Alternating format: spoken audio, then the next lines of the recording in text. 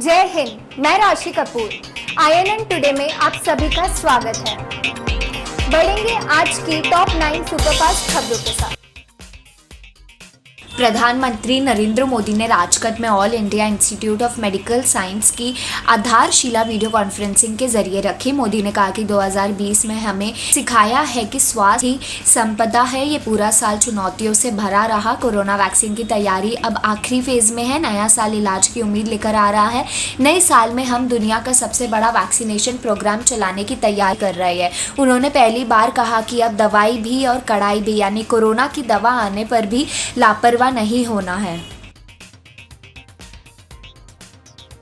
भारत अब आकाश missile system को export करेगा। केंद्रीय कैबिनेट ने बुधवार को इस प्रपोजल को मंजूरी दे दी। आकाश एयर डिफेंस सिस्टम को रक्षा अनुसंधान और विकास संगठन DRDO ने विकसित किया है। केंद्रीय कैबिनेट का ये फैसला आत्मनिर्भर भारत की दिशा में नया कदम है, क्योंकि आकाश मिसाइल सिस्टम को पूर्वी एशिया और अफ्रीका के 9 देशों ने खरीदने में दिलचस्पी दिखाई है। भारत सरकार ने फैसला लिया है कि 2 जनवरी से देश के हर राज्य और केंद्र शासित प्रदेश में कोरोना वैक्सीन का ड्राई रन किया जाएगा। स्वास्थ्य मंत्रालय ने गुरुवार को बैठक में ये फैसला लिया। स्वास्थ्य मंत्रालय के अनुसार ड्राई रन में राज्यों को अपने 2 शहरों का चुनाव करना होगा। इन्हीं शहरों में वैक्सीन की पूरी प्रक्रिया को अंजाम देना होगा। उत्तर भारत में शीतलहर चल रही है। मध्य प्रदेश की राजधानी भोपाल में बुधवार को पारा गिरकर 7 डिग्री पर पहुंच गया, तो राजस्थान के 4 जिलों का तापमान 0 से भी नीचे चला गया। चंडीगढ़ में कोहरे के बाद विजिबिलिटी घटकर 20 मीटर रह गई है। अगले कुछ दिनों तक यही स्थिति बने रहने का आसार है। सरकार ने फास्टैग की अंतिम तारीख 1.5 महीने बढ़ाकर 15 फरवरी कर दी है। पहले 1 जनवरी 2021 डेडलाइन थी।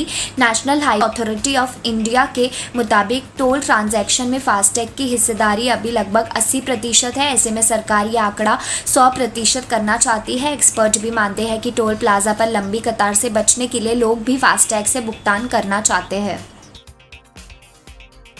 महाराष्ट्र के रायगढ़ जिले के पोन इलाके में मंगलवार रात 3 साल की बच्ची की दुष्कर्म के बाद हत्या कर दी गई। आरोपी दुष्कर्म के दूसरे मामले में जेल में बंद था और 10 दिन की पैरोल पर बाहर आया हुआ था। बच्ची के परिजन इतने गुस्से में है कि वे आरोपी के एनकाउंटर की मांग कर रहे हैं। वे बच्ची का अंतिम संस्कार करने को भी राजी नहीं है।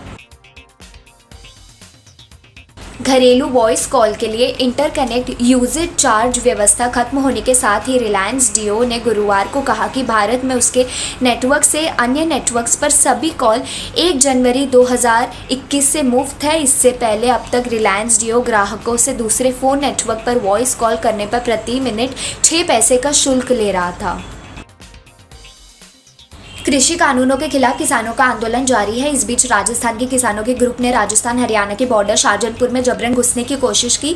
करीब 1 दर्जन ट्रैक्टर्स ने हरियाणा पुलिस की बैरिकेडिंग तोड़ते हुए हरियाणा में जबरन प्रवेश कर लिया। इस दौरान पुलिस को आंसू गैस के गोले दागने पड़े।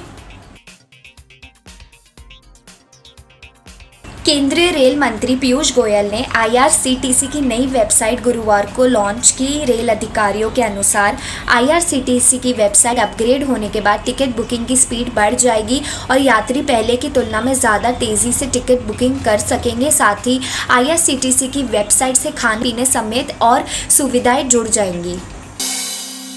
खबरों का सिलसिला जारी रहेगा। जय Hind. For more details, please subscribe to our channel and hit the bell icon for latest updates.